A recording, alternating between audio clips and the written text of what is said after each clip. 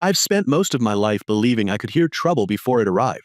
Maybe that comes from 40 years of listening to tiny metal gears grind inside expensive watches, learning how one crooked tooth in a mechanism can destroy the whole machine. My name is Raymond Cole. I'm 62 years old, and to most people in our town, I'm just the quiet old man who owns a little clock and watch repair shop on Mercer Street. They see the magnifying glasses hanging around my neck, the grease under my fingernails, the old leather apron, and they assume I've lived a small life. I let them think that. It's easier that way. Small men are invisible. Invisible men survive longer. But none of the things I survived prepared me for the moment my youngest daughter grabbed my arm in the church parking lot and looked at me like I was already halfway dead. The evening air smelled like rain and wet pavement. Families were leaving Wednesday night service laughing and carrying casserole dishes to their cars while the church bells echoed softly over the darkening street. I remember the yellow glow from the parking lot lamps reflecting off the hood of my truck. I remember fishing my keys out of my coat pocket while thinking about the dinner Vanessa had planned at home. Family dinner, she called it. She'd spent 2 straight weeks talking about how important it was that we all sit together like a real family for once. My wife had a way of making ordinary things sound ceremonial. Vanessa could turn a grocery list into a performance. She was beautiful like that, beautiful in the polished, dangerous way a diamond blade is beautiful before it cuts your hand open. I was walking toward the driver's side door when I heard footsteps slapping across the pavement behind me. Dad. A voice cracked. Then, terrified, I turned around and saw Maddie running toward me in her oversized gray hoodie, the sleeves covering half her hands. She almost slipped on the wet asphalt before crashing into my chest hard enough to knock the breath out of me. At first, I thought she'd gotten hurt inside the church. Maybe another panic attack. Maybe she'd seen one of those older boys teasing her again. But then she looked up at me, and every fatherly instinct in my body went cold. Her face was white. Not pale. White. Like all the blood had drained out of her. Her lips trembled violently, and when she grabbed my wrist, her fingers felt like ice. Maddie? I said softly, crouching in front of her. Hey. Hey, what happened? Her eyes darted around the parking lot like someone was watching us. Dad, she whispered, and her voice shook so badly I could barely understand her. Don't sign anything tonight. I frowned. What?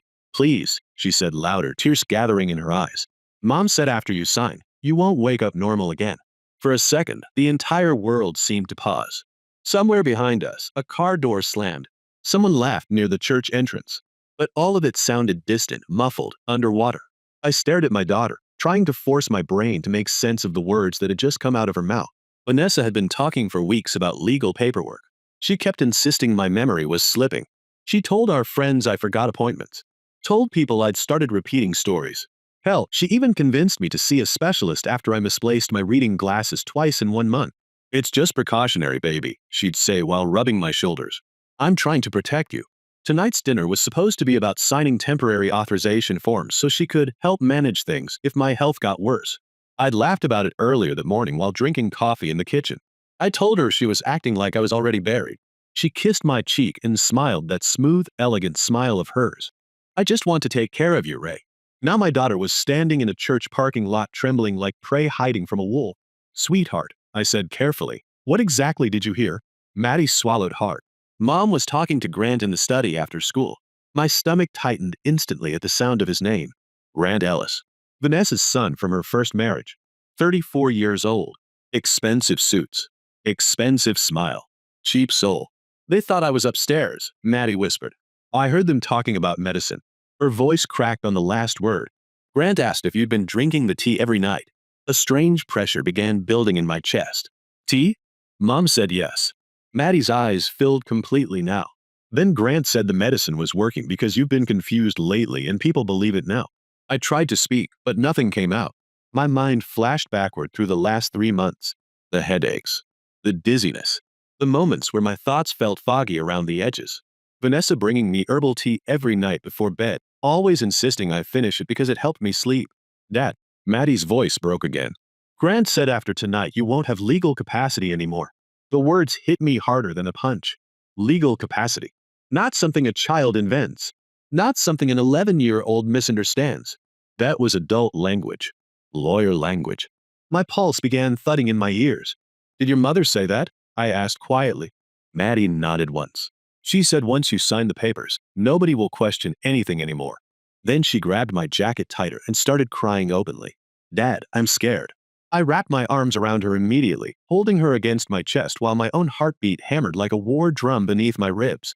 Over her shoulder, I stared across the church parking lot into the rainy darkness, and for the first time in years, I felt something I thought age had beaten out of me a long time ago. Fear. Not fear for myself. Fear for my child. Because deep down beneath the confusion and disbelief, beneath the part of me desperately trying to explain all this away, another part of me had already started connecting the gears together. And when you spend your entire life fixing broken mechanisms, you learn one terrifying truth. Once the pieces start fitting perfectly, it usually means the machine was designed that way from the beginning.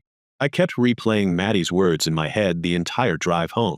The windshield wipers dragged slowly across the glass, smearing the rain into long silver streaks under the streetlights. And every few seconds I caught my reflection in the dark window beside me. An old man with tired eyes, gray hair, hands gripping the steering wheel tighter than necessary. A man beginning to look exactly like the kind of man people whispered about when they thought his mind was going. Maddie sat silently in the passenger seat beside me. She kept pulling the sleeves of her hoodie over her hands like she was trying to disappear inside the fabric. Neither of us spoke. The silence between us felt fragile, dangerous. Like one wrong word would make the whole thing real. When we turned into the long curved driveway of our house, every light inside was glowing warm and golden against the rain. From the outside, the place looked perfect. Vanessa always made sure of that. She understood appearances better than anyone I had ever known. The front garden was trimmed perfectly. The porch lanterns were polished. Soft jazz music floated faintly through the walls whenever guests came over. Our home looked like something from a magazine spread about elegant suburban success. That was Vanessa's gift. She could turn a lie into luxury. I parked the truck and sat there for a moment staring at the front door. Maddie reached over suddenly and grabbed my hand again. "Dad," she whispered, "please don't drink anything tonight." The fear in her voice cut deeper than I wanted to admit. I squeezed her hand gently and forced myself to smile. "I'm okay, sweetheart." But the truth was, I wasn't okay at all. Because for the first time in months, I had started looking backward instead of forward. And once I started remembering things, I couldn't stop. Vanessa became my second wife 6 years after my first marriage fell apart. By then, loneliness had hollowed me out in ways I never talked about. People think loneliness feels dramatic. It doesn't. Real loneliness is quiet. It's eating dinner alone in a dark kitchen. It's fixing things around the house nobody notices anymore. It's waking up at 3 in the morning and realizing nobody in the world would know if your heart stopped beating before sunrise. Then Vanessa walked into my life looking like warmth itself. Elegant dresses, soft perfume, that low soothing voice that made every sentence sound like concern. She touched my arm when she talked, looked into my eyes when I spoke, listened to me. Or at least she made me believe she did. At 62 years old, a man starts thinking maybe tenderness is worth trusting again. Maybe being loved late is better than never being loved at all. The front door opened before we even reached it. Vanessa stood there smiling beneath the chandelier light. Beautiful. Perfect. Her blonde hair curled softly around her shoulders, and she wore a cream-colored silk blouse that probably cost more than my first car. "There you are," she said sweetly. I was starting to worry. Then her eyes dropped to Maddie. The warmth vanished so quickly most people would have missed it. But I didn't. Not anymore. "Honey," Vanessa said carefully, "why are you shaking?" Maddie stepped closer to me instead of answering. Just for a second, Vanessa's jaw tightened. Then the smile returned instantly. "Sinless. Practiced." "Well," she laughed softly, "come inside before you both freeze to death." The dining room looked like a staged photograph. Candles flickering. Crystal glasses polished spotless. Expensive plates lined perfectly across the long oak table. Grant was already sitting there with one ankle resting on his knee, sipping wine like he belonged in some Manhattan penthouse instead of my house. He stood when we entered, flashing that smooth lawyer smile I had never trusted. "Ray," he said, "good to see you upright tonight." Grant Ellis was 34 years old and spent every waking second pretending he came from old money. Tailored suits. Designer watches bought on credit. Hair always perfectly styled. But beneath the polish was desperation. I'd seen men like him before during insurance investigations. Men drowning in debt while smiling through their teeth. Men who mistook arrogance for class. "Evening, Grant," I said quietly. He looked me up and down. "Vanessa said you had another dizzy spell at the shop yesterday." I noticed Vanessa carefully watching my reaction while pouring wine. "It wasn't anything serious," I replied. "Hmm." Grant leaned back in his chair. "Still, at your age, these things matter." There it was again. That subtle poison.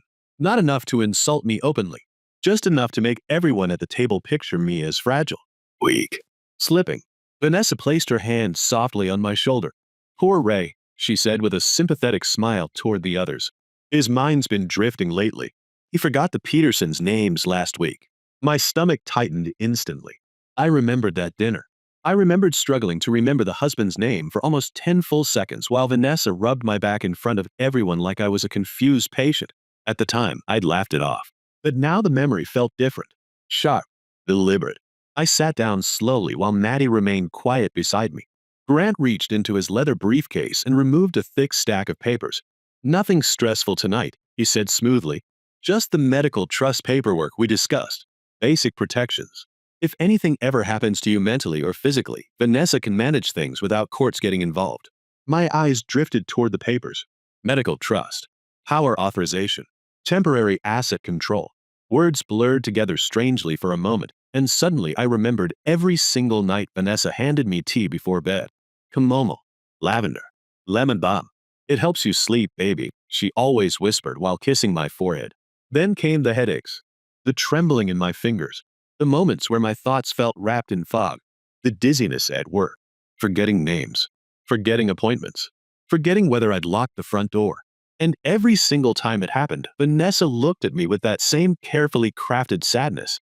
Ray, she'd sigh softly, I think we should talk to someone. I realized then that what hurt most wasn't the possibility that they were trying to take my money. It wasn't even the possibility that I'd been poisoned. It was the realization that I had trusted her completely. After years of sleeping alone in silence, I had finally allowed someone close enough to hold my heart again.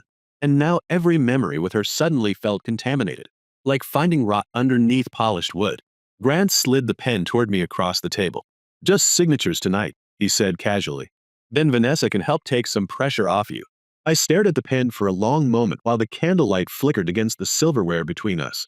Across the table, Vanessa smiled at me lovingly, patiently, beautifully.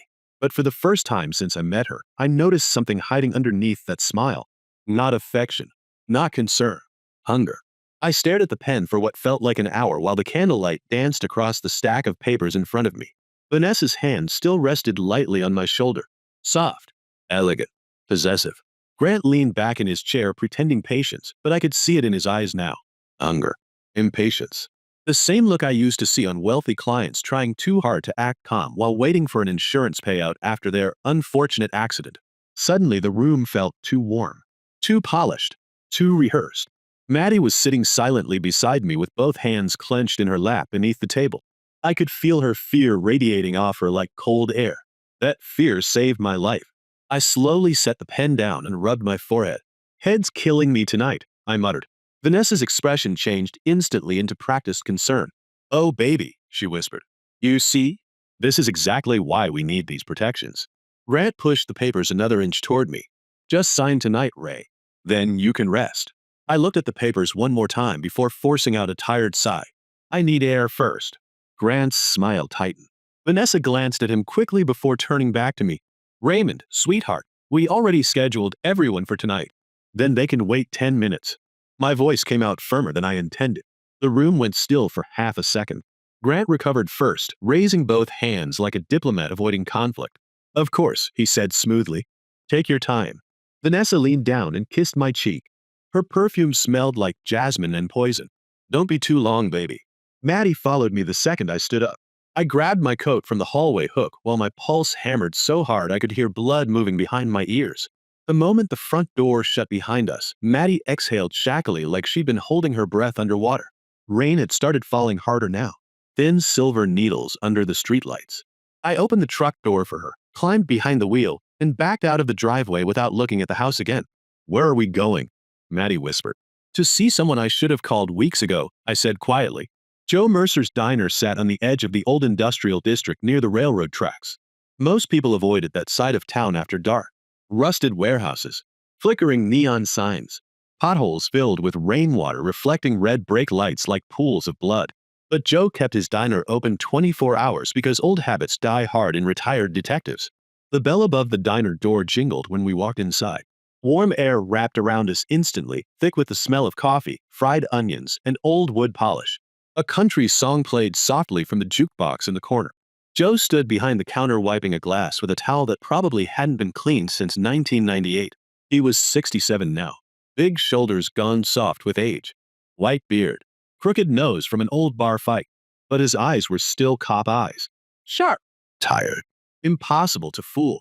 The second he saw my face, the towel stopped moving. Jesus Christ, he muttered. You look like hell, Ray. Need the back booth, I said. Private. Joe looked from me to Maddie and immediately nodded. Coffee's on me tonight. We slid into the far corner booth beneath the broken neon beer sign. Rain rattled softly against the windows while Maddie wrapped both hands around a mug of hot chocolate Joe placed in front of her. Her fingers still trembled. Joe sat across from us slowly. Start talking. I looked at Maddie gently. Tell him exactly what you heard. She swallowed hard. Mom was talking to Grant in the study after school. Her voice cracked immediately. They thought I was upstairs. Joe's expression darkened slightly. Maddie stared down into the cup while speaking. Grant asked if Dad had been drinking the tea every night. My chest tightened again hearing it out loud. Then Mom laughed. Maddie's eyes filled with tears. She said after the papers are signed, we move him to the facility. Joe's jaw flexed once. Maddie kept going in a whisper so quiet I almost couldn't hear her. Grant asked what about me. Her lip trembled violently now. Mom said the girl can go to boarding school. She started crying softly. Then Grant laughed and said the old fool will never prove anything. Silence swallowed the booth completely after that. Even the diner noise felt far away suddenly. Joe leaned back slowly, rubbing his beard while staring at me. You believe her? He asked quietly. I didn't answer immediately. Instead, I reached into the inside pocket of my coat and pulled out an old silver pocket watch. The metal casing was scratched with age. Most people thought it was sentimental junk from another century. I flipped it open carefully. The ticking sounded soft but precise beneath the hum of the diner lights. Then I pressed my thumb against the tiny hidden groove beneath the hinge. A red light blinked once inside the mechanism before disappearing again. Joe's eyes narrowed instantly. You still have that thing? Never stopped carrying it. Maddie looked confused while I turned the watch over slowly in my palm. That isn't just a watch, I said softly to her. Years ago, I used it during investigations. Joe gave a low, humorless chuckle. Kid probably thinks you fix watches for a living. I looked down at the ticking hands moving steadily beneath the glass. That's what Vanessa thinks too. Then I closed the watch gently and slipped it back into my pocket. They think I fix watches. I looked up at Joe finally. They forgot I know how to measure time, patience, and lies. Joe stared at me for several long seconds before nodding once. The old detective was gone now. I could see the investigator returning behind his eyes. All right then, he said quietly. Let's find out exactly how deep this thing goes before your wife buries you alive. The rain had slowed to a thin mist by the time I pulled back into the driveway. The house stood glowing at the end of the stone path like nothing inside it could possibly be rotten. Warm golden windows. Soft piano music drifting faintly through the walls. A home designed to calm suspicion before it even entered the front door. Joe had wanted me to stay at the diner longer. He wanted to call people, run background checks, start digging immediately. But I knew men like Grant Ellis. The second I disappeared for too long, he would smell fear. Men like him only respected control. And tonight, I needed them confident. I needed them relaxed enough to keep talking. Maddie sat silently beside me as I killed the engine. Her eyes drifted toward the house the way children look at thunderstorms through bedroom windows. You don't have to come inside yet, I told her gently. You can wait in the truck if you want. She shook her head immediately. I don't want you alone with them. Ugh. Not Mom. Not Grant. That single word cut deeper than she realized. I reached over and squeezed her shoulder before stepping out into the cold, damp air. My knees ached climbing the porch steps, though I couldn't tell anymore whether it was age or rage making my body feel heavier tonight. The moment we entered the house, Vanessa appeared from the dining room carrying that same perfect smile she wore for neighbors and charity events. There you are, she said warmly. We were worried. Her voice floated through the hallway like silk. Elegant. Controlled. Beautiful enough to fool anyone who hadn't watched her eyes closely. But I watched them now. They moved too quickly toward the papers on the dining room table before returning to my face. She wasn't worried about me. She was worried about the signatures. The dining room smelled like rosemary chicken, candle wax, and expensive perfume. Eleanor Brooks sat near the far end of the table draped in dark emerald silk and enough jewelry to feed a family for a year. Vanessa's mother had the kind of face that looked permanently disappointed by other people's existence. Sharp cheekbones, thin lips, eyes cold as old coins. She glanced up at me over the rim of her wineglass and offered a smile that never reached her eyes. Raymond, she said dryly, you're looking tired. Translation, old, weak, slipping. Claire sat beside Grant with nervous tension written all over her face. My oldest daughter always looked like she was apologizing for taking up space in a room. Grant had perfected the insecurity inside her over the past year. Every compliment he gave came attached to subtle criticism. Every promise made her smaller before pretending to save her. Claire looked up when I entered, visibly relieved. Dad, she said softly. You okay? Long day at the shop. I forced a faint smile. Old gears fight back eventually. Grant chuckled like I'd told a charming little joke. He stood immediately, pulling out my chair with exaggerated politeness. Sit down, Ray. Vanessa's been anxious about you all evening. I noticed the expensive watch on his wrist before sitting. Fake confidence wrapped in polished steel. Men drowning in debt often bought expensive things because appearances became survival. Where's your latest investment office again? I asked casually while removing my coat. Grant froze for half a second. Tiny. Almost invisible. Then he smiled smoothly. Downtown. Temporary space while expansion paperwork clears. Lie. I'd spent too many years investigating fraudulent claims not to recognize rehearsed answers. Claire looked between us nervously. Grant's company is about to land major investors, she said carefully, almost like she needed me to approve. That's wonderful, I replied softly. Grant's smile widened. Vanessa moved behind my chair then. I smelled jasmine before I felt her hand settle gently onto my shoulders. You're trembling again, she whispered near my ear. See? This is what scares me. Her fingers squeezed lightly. A performance for the room. The loving second wife caring for her declining husband. Then she disappeared into the kitchen and returned moments later carrying a steaming porcelain cup. My stomach tightened instantly. Herbal tea. Of course. Special blend tonight, Vanessa said sweetly while placing it beside me. It'll help you relax. I stared at the steam curling upward from the cup. Suddenly, every night over the past few months replayed in fragments. Vanessa carrying tea upstairs. Vanessa watching me drink it. Vanessa rubbing my chest when dizziness hit. Vanessa telling friends I'd become forgetful lately. God. The manipulation hadn't started weeks ago. It had started months ago. Drink before it cools, Eleanor said sharply from across the table. Vanessa works hard taking care of you. There it was again. The narrative. The fragile old husband. The devoted wife. I wrapped my fingers around the cup but didn't drink. Grant reached into his leather briefcase beside the table and removed a clean stack of documents. Thick. Official. Prepared. Now, he said smoothly, just some simple medical trust authorizations. In case your condition progresses. Claire shifted uncomfortably. Grant says it's only temporary protection, Dad. Of course it is, Eleanor added. Families with assets do this all the time. Assets. Not family. Assets. Grant slid the papers toward me carefully along with a black fountain pen. This gives Vanessa authority to manage medical decisions and finances if your cognitive state declines. He spoke like a man explaining kindergarten math to a child. I lowered my eyes toward the documents while forcing my hands to shake slightly. Easy enough now. Rage creates convincing tremors. Behind the staircase near the hallway shadows, I spotted Maddie watching silently between the wooden railings. Her face looked pale beneath the dim light, terrified eyes fixed entirely on me. She thought this was the moment they would take me away. I picked up the pen slowly. The room became so quiet I could hear the clock ticking above the fireplace. Grant leaned forward almost imperceptibly. Vanessa stopped breathing. Eleanor watched like a vulture waiting for an animal to finally collapse. I let the pen hover over the signature line. Then I deliberately loosened my grip. My hand jerked sideways violently. The porcelain cup tipped over instantly. Scalding tea flooded across the table, soaking the paperwork in dark brown waves. Claire gasped. Vanessa jumped backward. Grant shot out of his chair so fast it nearly slammed into the wall. Jesus Christ, he snapped. His voice cracked with pure fury before he caught himself. Too late. For 1 second, the real Grant surfaced. Not polished. Not charming. Angry. Ordered. Dangerous. I stared down at my trembling hands and forced shame into my expression. I'm sorry, I whispered weakly. My hands, they've been shaking lately. Vanessa recovered first. Oh, Ray, she said softly, but I caught the flash of panic in her eyes as the ink bled across the ruined pages. Grant grabbed the papers furiously, muttering curses under his breath while trying to separate them. That was when I saw it. Hanging halfway out of the inside pocket of his briefcase was a silver keycard attached to a black tag.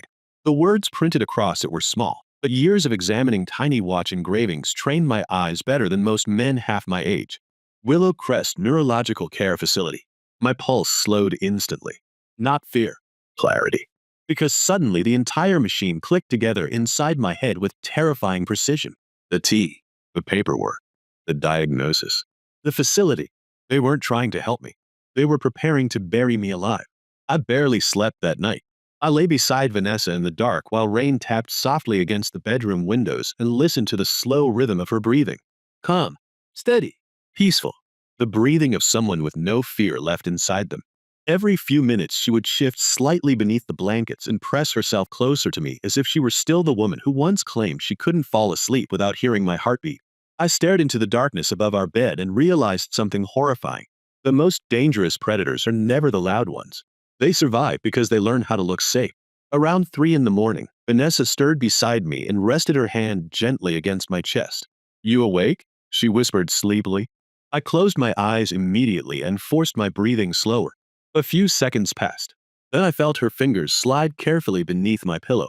My entire body went rigid beneath the blankets while I kept pretending to sleep. Paper rustled softly. She was checking whether I'd hidden the ruined documents from dinner.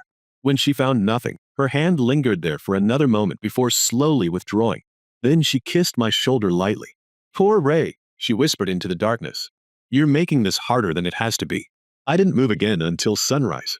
By 7:30 the next morning, I was sitting in my truck outside Samuel Pike's clinic across town.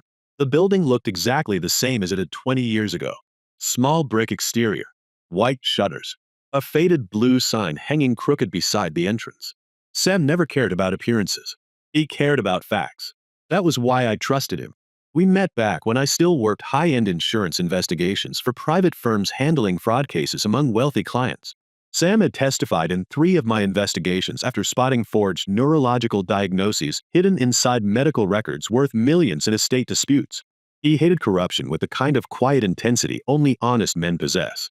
I entered through the side door wearing sunglasses and an old baseball cap pulled low. Paranoia changes a man quickly. 48 hours ago, I still believed my biggest problem was aging. Now I was sneaking into medical offices like a fugitive inside my own life. Sam was already waiting in the examination room when the nurse closed the door behind me. He looked older than I remembered. Thinner. More gray in the beard. But his eyes sharpened instantly the moment he saw my face. Jesus, he muttered. Joe called me last night. Sit down. I lowered myself onto the chair slowly while Sam studied me with clinical focus. How long have the symptoms been happening? He asked. Couple months. Dizziness? Yeah. Memory gaps? Sometimes. Hand tremors? I looked down at my fingers. More lately. Sam nodded once without speaking. Then he rolled his stool closer. Raymond, I need you to answer one thing honestly before we do these tests.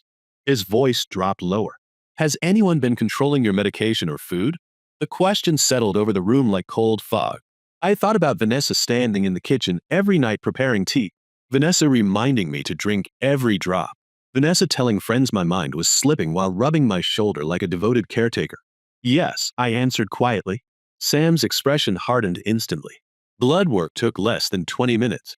Waiting for the results felt longer than the entire night before. I sat alone in the small office staring at medical posters while my thoughts moved with terrifying clarity now that fear had burned away most of the confusion. Suddenly, everything connected perfectly. Vanessa encouraging me to retire fully from consulting work. Grant insisting I stop managing my own accounts because stress affects memory. The sudden concern over my cognitive decline. The specialist Vanessa conveniently found through one of her charity friends. The paperwork. The facility. The tea. God, they'd been building this slowly, carefully, like people digging a grave one shovel at a time. The door finally opened. Sam stepped back inside holding the lab report in one hand. His face told me the answer before he spoke. You're not developing dementia, he said flatly. I felt my heartbeat stop for half a second. Then what is it? Sam placed the papers on the desk between us. Low-dose benzodiazepines, sedatives, plus traces of cognitive suppressants. He looked directly into my eyes. Somebody's been poisoning you slowly. The room became very quiet. Not dramatic, not explosive, just still. I stared down at the report while my mind replayed every evening teacup Vanessa had ever handed me. Would it cause confusion? I asked. Yes. Memory problems? Yes. Tremors? Absolutely. Sam folded his arms tightly. Long enough exposure, and it can imitate early neurological decline. I leaned back slowly in the chair. Strangely, the pain disappeared in that moment. Up until then, some part of me had still been searching for another explanation. Misunderstanding, fear, manipulation from Grant alone. But now the truth stood completely naked in front of me. My wife had not panicked about my health. She had manufactured my illness. There's more, Sam said carefully. He slid another paper toward me. I checked recent consultation requests under your insurance records. I lowered my eyes to the page. Private neurological evaluation request. Submitted 3 weeks earlier. Physician approval recommending cognitive monitoring for early dementia symptoms. Signed by a doctor I had never met. Bot diagnosis, Sam muttered bitterly. Classic setup. I read the document twice before setting it down again. Early dementia. Loss of legal competency. Medical trust activation. Asset transfer authority. Long-term neurological care facility. Every piece of the machine finally revealed itself. They wanted me declared mentally unfit. They wanted Vanessa controlling every financial decision. They wanted me locked inside Willow Crest while Grant bled my estate dry. And worst of all, they wanted Maddie removed before she could become a problem. Boarding school. Isolation. Silence. Claire would be manipulated financially until she depended completely on Grant. They weren't just stealing money. They were dismantling my family piece by piece. Sam watched me closely. You okay? He asked quietly. I thought about that question carefully. A week ago, I would have said no. A week ago, I would have asked why Vanessa did this. Whether any of it had been real. Whether she ever loved me at all. But something inside me had changed overnight. The hurt was still there. Deep. Heavy. But it no longer controlled me. Pain had cooled into something far more dangerous. Calculation. I stood slowly and folded the lab results into my coat pocket. Ray? Sam asked again. I looked toward the rain sliding down the clinic windows. I'm past asking why now, I said quietly. Then I picked up my car keys and headed for the door. Now I just want to know when they plan to finish the job. I waited 2 days before talking to Claire. Not because I was afraid of her reaction, but because I needed time to bury the part of me that still wanted to protect everyone from the truth. Once you realize your own wife has been poisoning you, something inside your brain changes permanently. The world stops feeling soft. Every smile becomes evidence. Every conversation becomes strategy. Still, Claire was my daughter. My little girl with paint on her fingers and sketchbooks scattered across the kitchen table. The child who used to fall asleep on my chest while I repaired watches late at night in the shop. I kept telling myself there had to be a way to warn her gently, to save her without destroying her. That illusion died the moment I walked into her apartment and saw Grant already there. Claire rented a loft downtown above an old furniture warehouse converted into overpriced artist studios. Exposed brick walls. Tall industrial windows. Half-finished interior sketches pinned across drafting boards. The place smelled faintly like coffee, cedar wood, and stress. Claire always lived inside unfinished dreams. That was the problem. People like Grant could smell ambition mixed with insecurity from miles away. He was standing near the kitchen island when I arrived, sleeves rolled neatly to his elbows, pouring wine into crystal glasses like he owned the place already. Ray, he said smoothly. Didn't know you were coming by. Lie. He always knew. Men like Grant monitored everything. Claire looked up from her laptop and smiled nervously. Dad. She crossed the room to hug me, but even that hug felt distracted. Like her mind was somewhere else entirely. I noticed dark circles beneath her eyes. Too many late nights. Too much pressure. Grant handed her a glass of wine and rested his hand lightly against the small of her back. Possession disguised as affection. We were just talking about the investor presentation, he said casually. Claire's designs are finally getting serious attention. I glanced toward the architectural renderings spread across the table. Boutique hotels. Luxury interiors. Modern restaurant concepts. Claire had real talent. But talent becomes vulnerable when someone convinces you they're the only person who believes in it. Looks impressive, I said quietly. Claire brightened slightly. Grant thinks we can launch the firm by spring if the funding clears. Funding. Another carefully baited hook. I lowered myself slowly into the chair across from them while Grant remained standing. Predators liked height advantage during conversations. Claire, I said carefully, I need to talk to you privately. I watched Grant's expression freeze for the briefest moment before he smiled again. Of course, he said lightly. I'll step outside.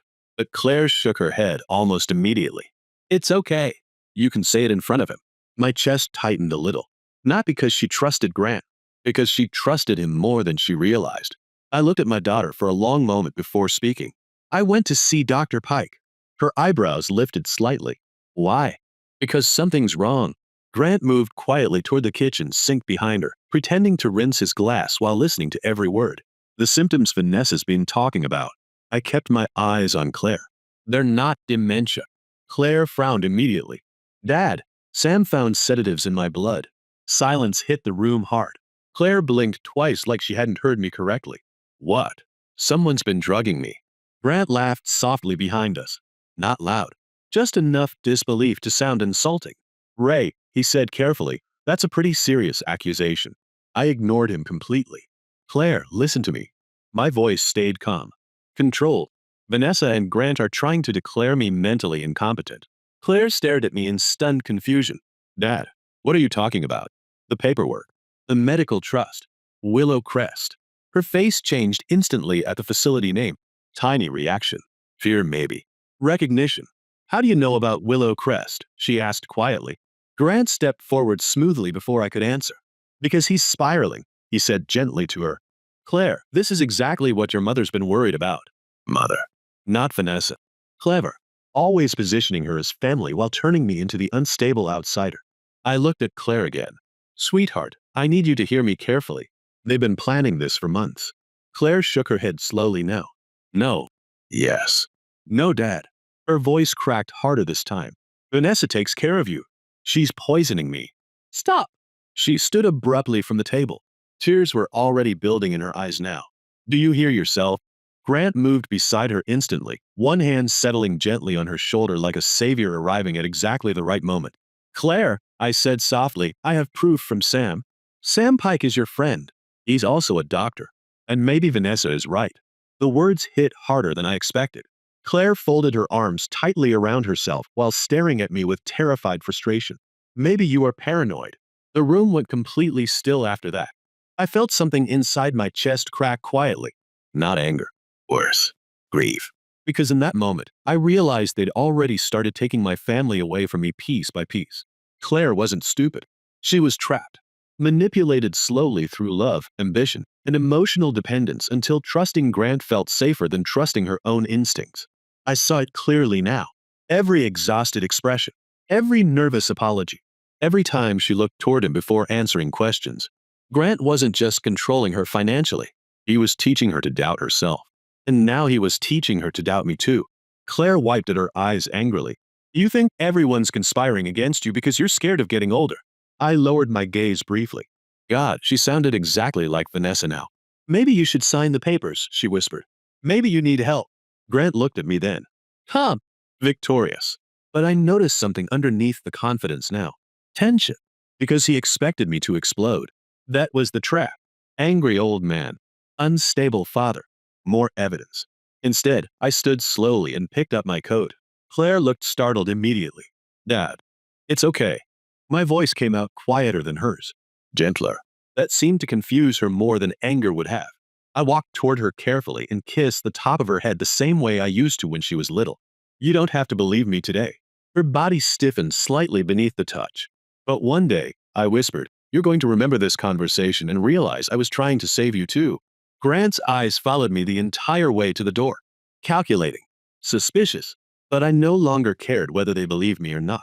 The truth didn't need permission to exist. And for the first time since this nightmare began, I understood something clearly. I could not force Claire to open her eyes. I could only survive long enough for the mask to fall off in front of her naturally. Because lies built on manipulation always collapse eventually.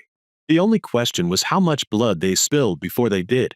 3 days after my conversation with Claire, Vanessa arranged what she called a wellness evaluation. The phrase itself sounded clean, harmless. Modern people always rename cruelty until it sounds compassionate. The appointment was scheduled at a private neurological clinic downtown inside a glass building overlooking the river. Everything about the place screamed expensive discretion. White marble floors, soft instrumental music, receptionists who smiled without warmth. The kind of clinic wealthy families used when they wanted embarrassing problems hidden quietly behind polished walls. Vanessa held my arm the entire walk from the parking garage to the elevator like I was fragile enough to collapse at any second. Every few feet she would glance toward strangers nearby with those carefully sad eyes of hers. The devoted wife carrying the burden of a declining husband. She deserved an award for the performance. Grant met us in the lobby wearing another tailored suit that probably cost 3 months of Claire's rent. He carried a leather folder tucked under one arm and smiled the second he saw me. Not concern. Anticipation. Like a gambler watching dice roll toward his favorite number. "Morning, Ray," he said lightly. "How are we feeling today?" I looked at him blankly for 2 seconds longer than necessary before answering. "Little tired." His eyes flickered instantly toward Vanessa. Satisfaction. They were watching me constantly now, measuring every hesitation, every pause, every misplaced word. That was the game. Convinced the world one was disappearing mentally while slowly pushing me toward legal extinction. But the moment Sam confirmed the poisoning, fear stopped controlling me. Clarity replaced it. And clarity made acting easier than people realized. Inside the examination room, a young neurologist asked simple cognitive questions while Vanessa answered half of them for me before I could speak. Raymond has been confused lately. He forgets names. Sometimes he gets agitated. Agitated. Another carefully chosen word. Grant stood near the wall with folded arms pretending concern while secretly enjoying every second of it. The doctor asked me to repeat a sequence of numbers backward. I deliberately hesitated too long. He asked today's date. I gave the wrong month. Vanessa sighed softly beside me and lowered her eyes like a woman carrying unbearable emotional weight. The performance almost impressed me. Almost. Then came the final part. The doctor asked me to sign my name on a digital tablet. I picked up the stylus slowly and let my hand tremble violently before scribbling halfway across the screen. Grant looked down immediately to hide his smile. Vanessa touched my shoulder gently. "It's okay, baby," she whispered. "Nobody is upset." I lowered my head and forced my breathing uneven. Broken old man. Confused husband. Exactly what they needed. The doctor stepped outside after that to review observations. The second the door closed, Grant exhaled sharply through his nose like he'd been holding excitement inside his body for an hour. "This is progressing faster than I expected," he muttered quietly. Vanessa glanced toward the door before speaking. "Good. The sooner we stabilize things legally, the safer this becomes." Safer. I almost laughed. A few minutes later, the neurologist returned holding paperwork. Given the cognitive symptoms and prior recommendations in his file, he said carefully, "I think temporary supervised care would be beneficial while we continue evaluation." There it was. The trap closing. Vanessa nodded immediately with heartbreaking concern painted across her face. Whatever helps him. Grant opened his folder instantly. Already prepared. Already waiting. The transfer documents were signed less than 20 minutes later. Temporary neurological residential care at Willow Crest. Observation period pending competency review. My entire life reduced to paperwork. They expected me to fight. Refusal would support the narrative of paranoia and instability. But instead I looked down at my shaking hands and whispered softly, "Maybe they're right." Vanessa's eyes widened slightly. Grant nearly smiled. That was the moment they truly believed they'd won. By late afternoon, the transport car waited outside our house. A black luxury sedan with tinted windows. Not an ambulance. That would look cruel. Willow Crest specialized in making imprisonment resemble comfort. I walked slowly through the front hallway carrying a small overnight bag while Vanessa followed beside me speaking in soothing tones about rest and recovery. Eleanor stood near the dining room pretending sadness so badly it bordered on comedy. Grant remained by the doorway checking documents on his phone like a businessman closing another profitable deal. Then I heard footsteps running down the stairs. Maddie. She hit me so hard around the waist I almost lost balance. "No," she cried immediately. "No, no, no." Her whole body shook violently against me. "Dad, don't go with them." Vanessa's expression hardened instantly before softening again when she noticed Grant watching. "Sweetheart," she said gently, "your father needs help." Maddie looked up at her with raw terror in her eyes. "You're lying." Silence flooded the hallway. Even Grant looked briefly uncomfortable. I crouched slowly in front of my daughter while my chest tightened so painfully I could barely breathe. Ah, she really thought they were taking me away forever. Maybe they were. I slipped my hand into my coat pocket carefully and removed the silver pocket watch. The old metal surface felt cold against my palm. Maddie recognized it immediately. I'd carried that watch almost her entire life. "Listen to me carefully," I whispered while pressing it into her small, trembling hands. "When it stops ticking, call Joe." Her tear-filled eyes searched my face desperately. Why? Just promise me. She nodded shackily. I closed her fingers around the watch and held them there for one extra second. The device hidden inside wasn't just an old recorder anymore. Years ago, during a fraud investigation involving a staged kidnapping, I had a private technician modify it with emergency tracking hardware and a silent distress transmitter linked to a timed signal system. Nobody knew that except Joe, not even Vanessa. The watch would stop ticking the moment I activated the internal trigger, and when it did, Joe would know exactly where I was. Vanessa touched my shoulder softly. Raymond, we need to leave. I looked up at her slowly. Beautiful face. Calm eyes. Perfect wife mask still flawless under the warm hallway lights. But now I could finally see what lived underneath it clearly. Not love. Not guilt. Relief. I stood carefully while Maddie clung to my coat sleeve one last time. Dad, she whispered brokenly. I kissed her forehead gently and forced myself not to look back again as Grant opened the front door. Cold evening air rushed inside immediately. The black sedan waited at the curb like a hearse disguised as luxury transportation. And as I stepped toward it beside the people trying to erase me from my own life, I realized something strange. I wasn't walking into a prison. I was walking directly into the wolves' den on purpose. Willow Crest looked beautiful from the outside. That was the first thing I noticed as the black sedan rolled through the iron gates just after sunset. Expensive places always understand one simple truth about evil. If you wrap cruelty in enough marble and soft lighting, wealthy people will call it care. The facility sat on a hill overlooking the river beyond the city. White stone walls, perfect gardens, quiet fountains glowing beneath landscape lights. The kind of place families bragged about when abandoning relatives they no longer wanted to deal with. A smiling nurse opened my car door before the engine even stopped running. Welcome to Willow Crest, Mr. Cole, she said warmly, like I'd arrived at a luxury resort instead of my own burial site. Inside, the air smelled sterile beneath layers of lavender diffuser oil. Soft piano music drifted through hidden speakers in the ceilings. Every hallway gleamed spotless under warm lighting designed to calm wealthy guilt. But beneath the perfume and polished floors, I felt it immediately. Fear. Not mine. Theirs. The residents moved slowly through the common areas wearing expensive sweaters and blank expressions. Some stared silently at televisions that weren't even turned on. Others sat alone in wheelchairs facing windows like forgotten furniture. One old man near the fireplace kept muttering the same sentence over and over under his breath. I told them I wasn't sick. Nobody listened to him anymore. That was the real prison here. Not locked doors. Erased credibility. Once enough people called you confused, your truth stopped mattering.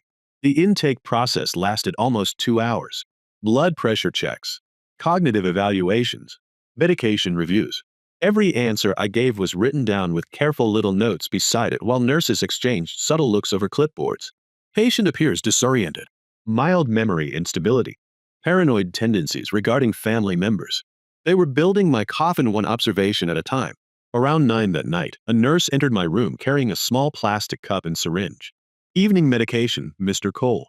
I sat quietly on the edge of the bed while she prepared the injection. What is it? I asked softly.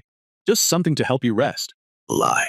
I recognized the faint chemical smell immediately from old insurance investigations involving over-medicated elderly patients. Sedatives. Enough to fog the brain. Not enough to kill quickly. The nurse noticed my hesitation and gave me the same smile people use on frightened children. Confused patients usually sleep better after the first dose. Confused patient. Just like that. My entire identity reduced to a label. Husband. Father. Investigator. Provider. On. I rolled up my sleeve without arguing. Sometimes survival means letting predators believe you're already weak. The needle slid into my arm smoothly. Cold liquid spread through my veins seconds later. I lowered my eyes and pretended embarrassment while the nurse adjusted my blanket afterward like I was already incapable of doing it myself. Try to relax, Mr. Cole, she whispered kindly. Your family only wants what's best for you. Family. I almost laughed out loud. The room itself looked comfortable enough to fool outsiders. Soft cream walls. Large windows. Expensive furniture. Private bathroom. But the windows only opened 3 inches. The doors locked automatically after 10 p.m. And every corner of the ceiling contained small black security cameras disguised inside smoke detectors. Luxury prison. Around noon the next day, Vanessa arrived. I saw her through the glass doors before she entered my room. Elegant black coat. Dark sunglasses. Hair perfectly styled despite the rain outside. She carried white lilies because flowers made abandonment look compassionate. The moment the nurse opened the door, Vanessa's expression collapsed into practiced heartbreak. "Oh, Ray," she whispered tearfully while rushing to my bedside. "How are you feeling today?" The nurse lingered nearby, watching closely while Vanessa stroked my hair gently. "He was so independent before all this," she said sadly to her. "Watching him decline has been unbearable." The nurse gave her a sympathetic smile. "You're doing the right thing, Mrs. Cole." Vanessa lowered her eyes modestly like a grieving saint carrying impossible burdens. The performance was flawless. Then the nurse finally left the room. Silence settled immediately. Vanessa's hand stopped moving through my hair. Slowly, she removed her sunglasses and looked at me with complete emotional emptiness for the first time since we met. No softness. No affection. No mask. "You should have stayed small, Ray," she said quietly. Her voice sounded colder than the rain outside. I remained motionless on the bed while the recorder hidden beneath the frame of my reading glasses captured every word. Vanessa walked slowly toward the window with her arms folded. "Men like you always make the same mistake." She glanced back at me faintly. "You think being kind makes you safe." My jaw tightened slightly, but I forced my face slack again. "Confused patient. Weak old man. A quiet man should die quietly," she said softly. Then she smiled. God. That smile terrified me more than anger ever could. Before leaving, she leaned down and kissed my forehead gently just as footsteps approached outside the hallway again. The loving wife returned instantly. "I'll visit again tomorrow, sweetheart," she whispered loudly enough for the staff to hear. The second she disappeared, Grant entered carrying another leather folder beneath one arm. He closed the door carefully behind him and pulled a chair beside the bed. "You know," he said casually while removing documents, "this would all go smoother if you cooperated. Property transfers, signature authorizations, emergency financial control agreements." They weren't even hiding it anymore. "Your condition is progressing fast," Grant continued smoothly. "Soon the court won't require your consent anyway." He slid the pen toward me. "But voluntary compliance looks better." I let my fingers tremble violently while staring at the pages. Grant watched me closely. Impatient, confident, greedy. "Come on, Ray," he muttered. "You barely understand what day it is anymore." Another lie captured clearly by the recorder. I lowered my head weakly and allowed the pen to slip from my hand onto the floor. Grant cursed under his breath immediately. Jesus Christ. There he was again. The real man beneath the polished suit. Angry. Desperate. Predatory. After he finally left, I remained still for nearly an hour listening to the distant sounds of Willow Crest breathing around me. Wheelchairs squeaking down hallways. Nurses murmuring behind closed doors. Elderly voices crying softly in the night. Then I started noticing patterns. Family visits always happened near financial review meetings. Certain residents suddenly disappeared after competency evaluations. One old woman named Helen whispered to me during dinner that her son sold her house 2 weeks after bringing her here. Another man claimed his daughter stopped answering calls the moment he transferred control of his accounts. They weren't treating patients at Willow Crest. They were processing inheritances. And suddenly my anger stopped being personal. This place wasn't just trying to erase me. It had been swallowing people for years. Quietly, legally, respectably. I sat alone beside the dark window that night while river lights flickered far below the hill and realized something dangerous was happening inside me. I no longer wanted escape. I wanted destruction. Not only for Vanessa. Not only for Grant. For all of them. Every smiling doctor. Every paid evaluator. Every polished executive hiding greed behind words like care and dignity. They thought they had trapped a confused old man inside a white room. What they actually did was lock an investigator inside the center of the crime scene. The third night inside Willow Crest, they increased my medication. I knew because my hands felt heavier when I woke up, and the edges of the room drifted slightly whenever I turned my head too fast. That was how they did it here. Not enough drugs to kill you quickly. Just enough to make your reality soft around the edges until nobody trusted your version of events anymore. Outside my window, rain crawled slowly down the glass beneath the pale glow of security lights. And somewhere down the hallway, an old woman cried for her husband for almost an hour before the nurses finally sedated her too.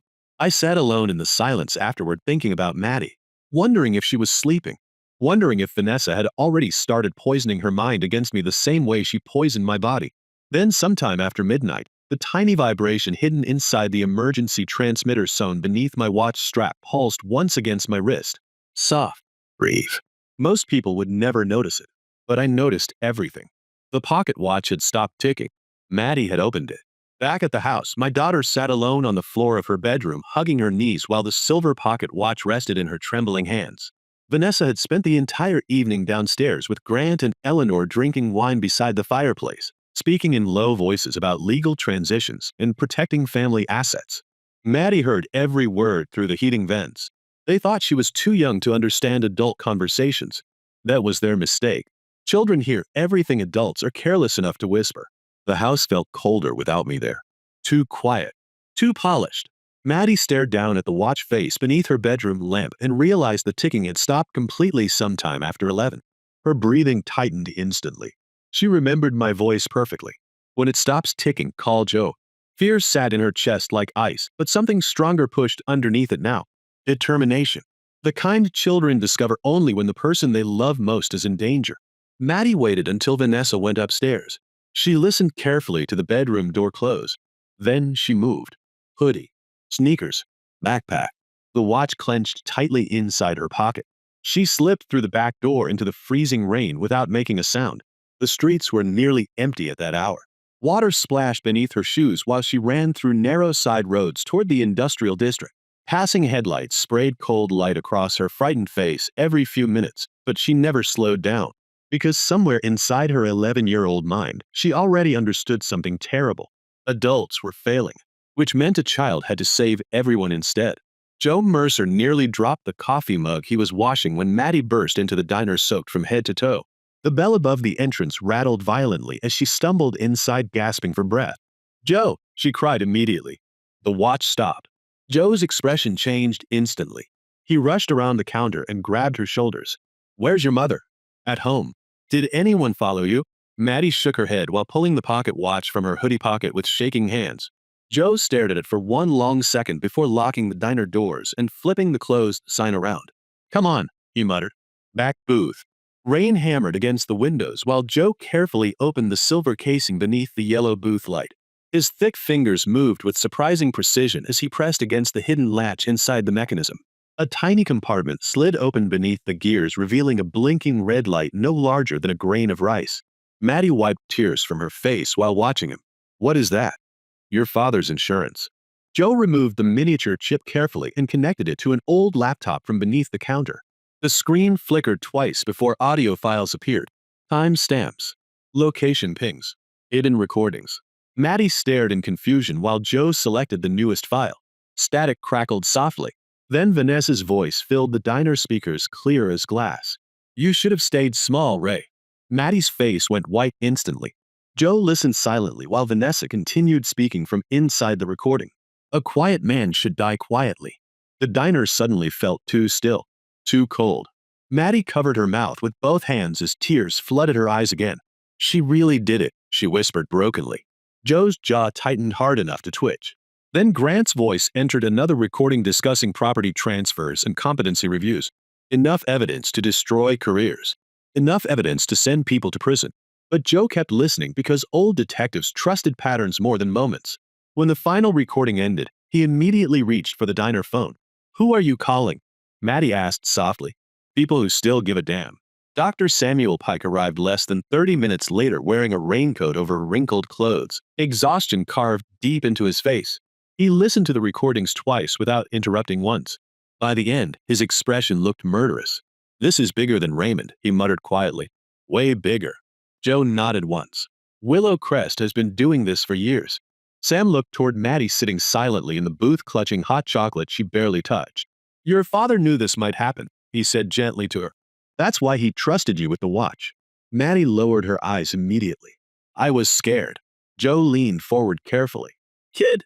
His rough voice softened slightly. "Courage isn't when you're not scared. Courage is when you run through the rain anyway." Around 2 in the morning, Joe made one final call. The woman who answered sounded exhausted and irritated until Joe mentioned Willow Crest. Then her tone changed instantly. Sharp. Alert. Dangerous. Nora Fields was one of the last investigative reporters in the state who still destroyed powerful people for a living. She arrived at the diner 45 minutes later carrying a camera bag and legal notebook, her dark hair soaked from the storm outside. Joe played the recordings once. Nora never blinked the entire time. When Vanessa's voice finally faded from the speakers, Nora slowly closed her notebook and looked directly at Maddie. You brought this to him yourself? Maddie nodded nervously. Nora stared at her for another moment before speaking quietly. You may have just saved your father's life.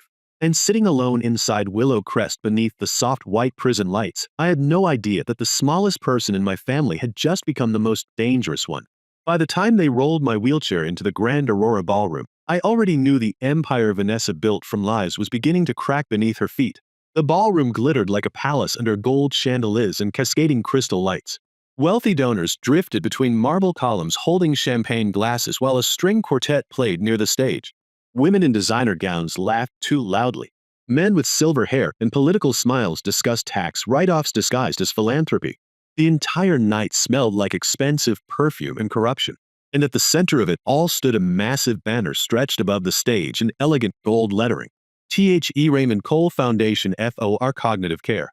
I almost admired the cruelty of it. Vanessa hadn't just stolen my life. She turned my manufactured illness into a public charity brand.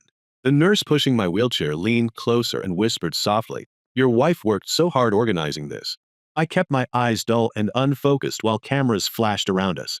Confused patient, fragile husband, living prop. That was my role tonight. Across the ballroom, I spotted Claire near the stage wearing a black dress and an expression that looked exhausted beneath the makeup.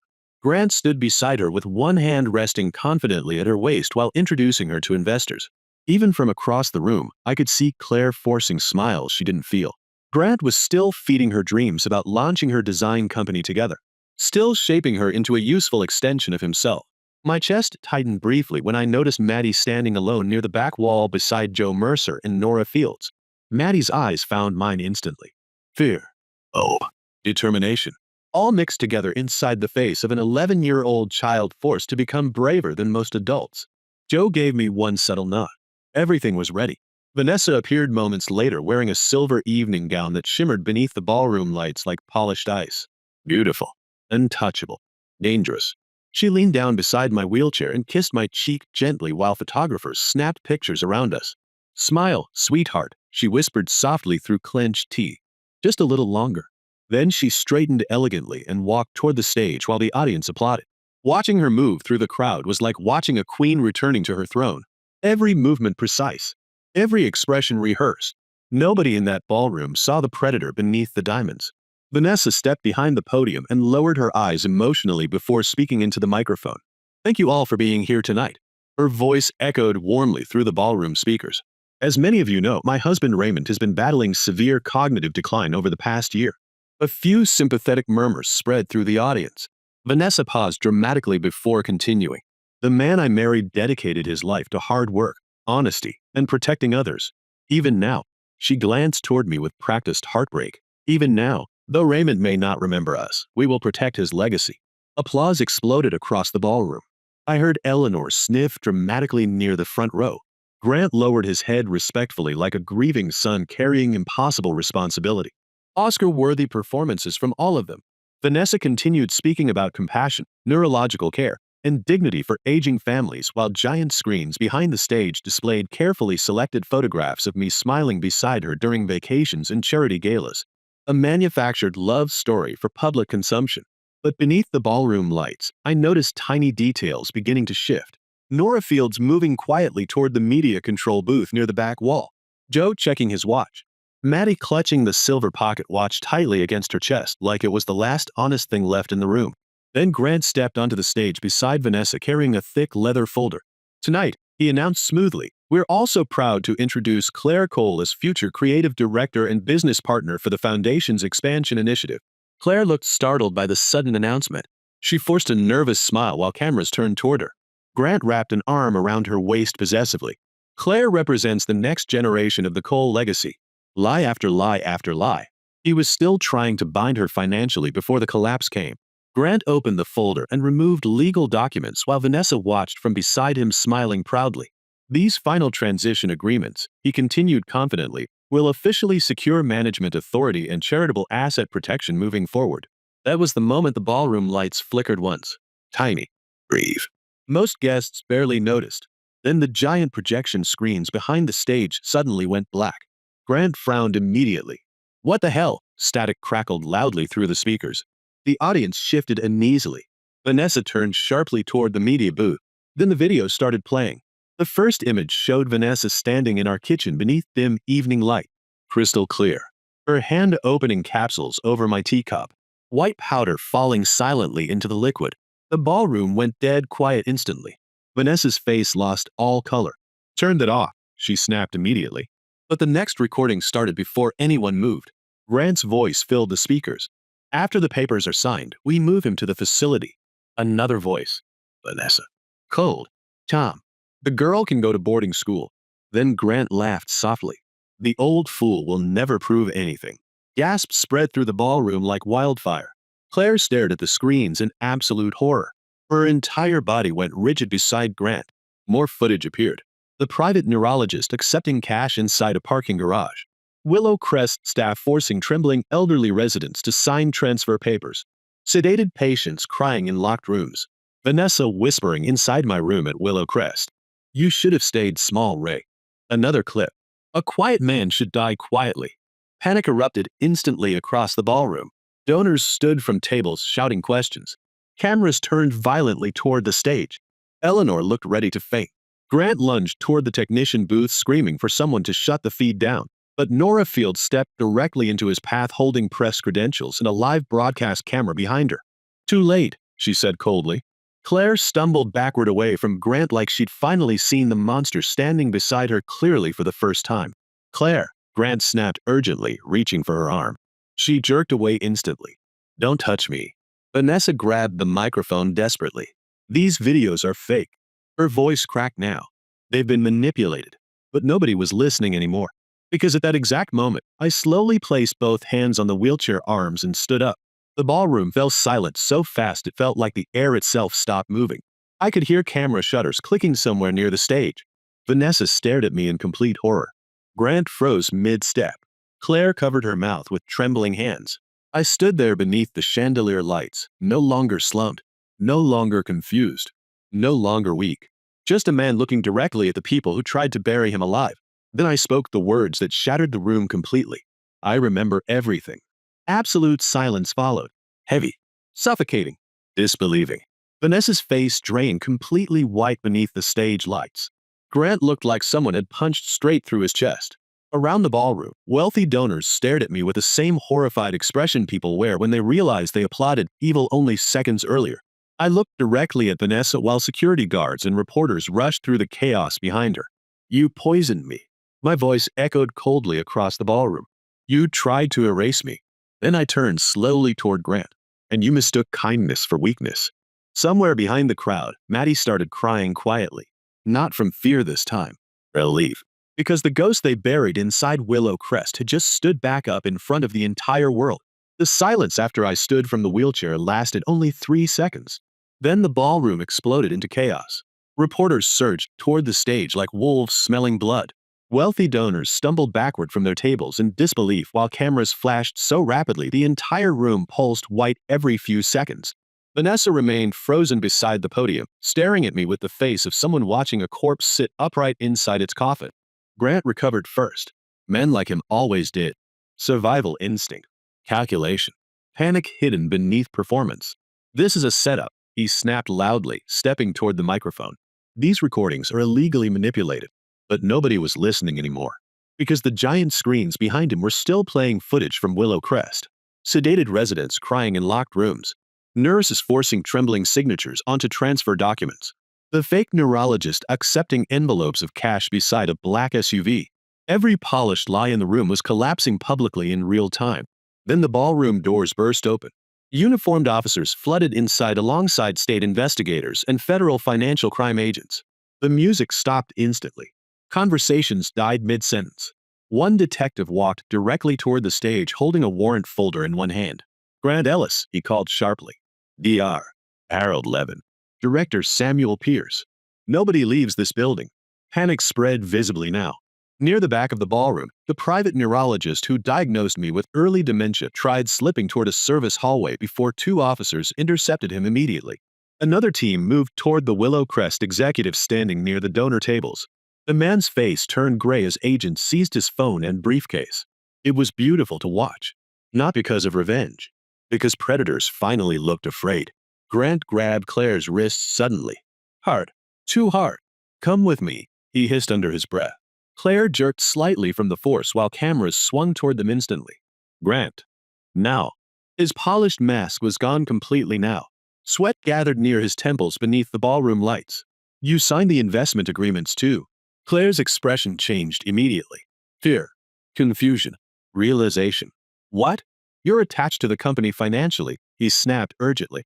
If I go down, you go down with me. There it was. The truth finally naked in public. He never loved her. She was leverage. Insurance. Another asset tied to paperwork and manipulation. Claire stared at him like she was seeing a stranger wearing her boyfriend's face. You used me. Grant lowered his voice sharply. Claire, listen carefully.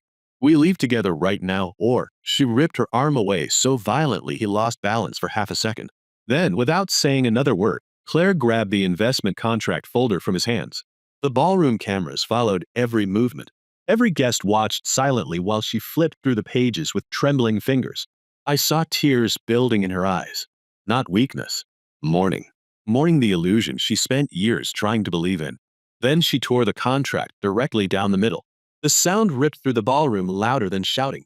Grant stared at the shredded pages falling across the stage floor like snow. Claire's voice shook when she finally spoke. You don't get to own me too. The crowd erupted into frantic whispers again. Reporters pushed closer.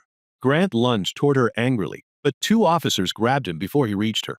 Get your hands off me, he shouted while struggling violently now. Gone was the charming lawyer. Gone was the polished businessman. Under pressure, predators always become exactly what they are. Cornered animals. Mr. Ellis, one detective said coldly, you are under investigation for financial fraud, elder abuse conspiracy, coercion, and multiple counts of signature falsification. Grant's face drained completely white. This is bullshit. We also found $17 million in undisclosed debt linked to shell companies under your name. The room reacted audibly to that. Grant looked toward Claire desperately now. Claire, tell them. Don't, she whispered brokenly. Please don't talk to me anymore. Across the ballroom, Vanessa finally moved. Slowly at first, then faster. She slipped off the stage while security and reporters swarmed toward Grant. Even now, her instincts were survival first. She headed directly toward the rear service exit near the kitchen corridor, heels clicking rapidly across marble floors. But when she reached the doorway, she stopped abruptly. Maddie stood there waiting. Small, fragile looking. 11 years old beneath an oversized gray hoodie. Yet somehow she was the only person in the room Vanessa seemed afraid to face. Cameras immediately turned toward them too. Vanessa's expression hardened instantly. Move. Maddie didn't. Rain hammered softly against the emergency exit doors behind her while the entire ballroom seemed to hold its breath again. Vanessa lowered her voice sharply. Maddie, this isn't the time. My daughter stared up at her with tears shining in her eyes, but her voice came out steady anyway. You told everyone Dad was broken. Vanessa glanced nervously toward the reporters approaching behind her. Sweetheart, you don't understand what's happening. Maddie shook her head slowly. No. Her voice cracked slightly then strengthened again. You were the broken one. The silence after those words felt heavier than anything else that night. Vanessa looked around desperately as cameras captured every angle of her collapsing world. No more elegant wife. No more charity queen. No more grieving caretaker. Just a frightened woman trapped inside the truth she created. Reporters closed and immediately afterward shouting questions from every direction.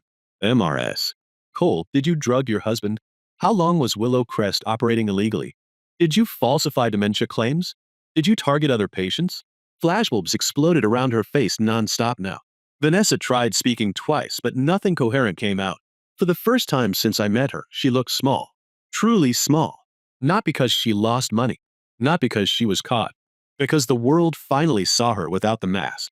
Nearby, officers escorted Grant through the ballroom in handcuffs while he continued shouting about lawyers and conspiracies. Nobody listened anymore. The donors avoided eye contact as he passed. Men who shook his hand an hour earlier suddenly acted like he carried disease. That was the thing about high society. Loyalty only exists until scandal enters the room. I stood quietly near the stage while the entire empire collapsed around me piece by piece. Joe appeared beside me eventually, folding his arms while watching investigators seize documents from the Willow Crest executives. You okay? He asked softly. I looked across the ballroom toward Vanessa as reporters trapped her beneath the lights. She looked exhausted now. Older somehow. Hollowed out. For a long moment, I searched myself for anger, for satisfaction, for hatred. But strangely, none of it remained anymore. Because I finally understood something important. The greatest revenge isn't violence. It's truth. Truth destroys people slowly, publicly, completely. I didn't need to hit Grant. I didn't need to scream at Vanessa. I didn't need revenge fantasies or dramatic threats. I simply survived long enough for reality to walk into the room. And once it did, the lies devoured themselves. 1 year later, I wake up every morning to the sound of water touching the rocks behind our little lake house instead of the sound of locked doors and medication carts rolling through white hallways. The place is smaller than the old house Vanessa once turned into a museum of polished lies, but this home actually breathes. The wooden floors creak when Maddie runs downstairs before school. The kitchen smells like coffee and toasted bread instead of expensive perfume covering hidden poison. Sunlight pours through the windows every morning and settles softly across the dining table where Claire now spreads out client files beside her sketchbooks. Real life finally returned to us quietly, one ordinary day at a time. I spend most mornings on the back porch repairing old watches again. Not because I need the money anymore, but because the sound of tiny gears clicking back into place reminds me that broken things are still capable of working if someone patient enough refuses to throw them away. Sometimes Claire sits beside me with legal folders stacked across her lap while asking questions about fraud patterns, forged signatures, or asset transfers. She took over part of my old valuation work 6 months ago, but unlike the people we once trusted, she uses it differently. She helps elderly victims recover stolen estates now, helps families investigate suspicious guardianships, helps frightened people prove they are not crazy when powerful relatives try to erase them quietly. The first time she won a case for an old man abandoned by his sons inside a private care facility, she cried in the car afterward for almost 20 minutes. Not because she was weak, because she finally understood how close she came to helping destroy her own father. We never talk about that night directly anymore. We don't need to. Healing isn't built from endless apologies. It's built from what people choose to become afterward. Maddie keeps the silver pocket watch on the shelf beside her bed. The metal casing still carries scratches from all the years I used it during investigations before she was even born. Sometimes I catch her staring at it quietly while doing homework. Not because she sees it as evidence or technology. To her, it means something else now. Courage. Proof that being small doesn't mean being powerless. Last month her teacher called because Maddie stood up to older boys bullying another student in school. When I asked why she got involved, she shrugged and said something that nearly broke my heart. Somebody has to say something before it gets worse. Children remember more than adults realize, especially brave children. The trials lasted months. Willow Crest shut down permanently. Investigations spread into 3 different states afterward. Families came forward one by one. Hidden abuse, forced signatures, sedation fraud, financial exploitation. The beautiful white prison finally collapsed beneath the weight of its own secrets. Grant took a plea deal after investigators uncovered forged investment documents, shell companies, and enough debt to bury him for life. Vanessa fought harder. Even at the end, she still believed appearances could save her. But cameras eventually stopped loving people once the mask slips too far. I saw her only once after sentencing. Across a courtroom. No hatred left between us by then. Just emptiness. She looked older. Smaller somehow. Like someone who spent so many years pretending to be powerful that she forgot how hollow she really was underneath it all. I used to think family meant the people sitting around your dinner table. Blood, marriage, shared last names. I know better now. Family is the person who believes you when the world calls you crazy. Family is the child who runs through the rain searching for truth when your voice has been taken away. Family is the daughter who tears apart the contract that was meant to chain her. And sometimes, a father has to pretend to fall apart completely just to teach the people betraying him one final lesson. Quiet men are not weak men. We simply learn patience before we choose when to stand back up.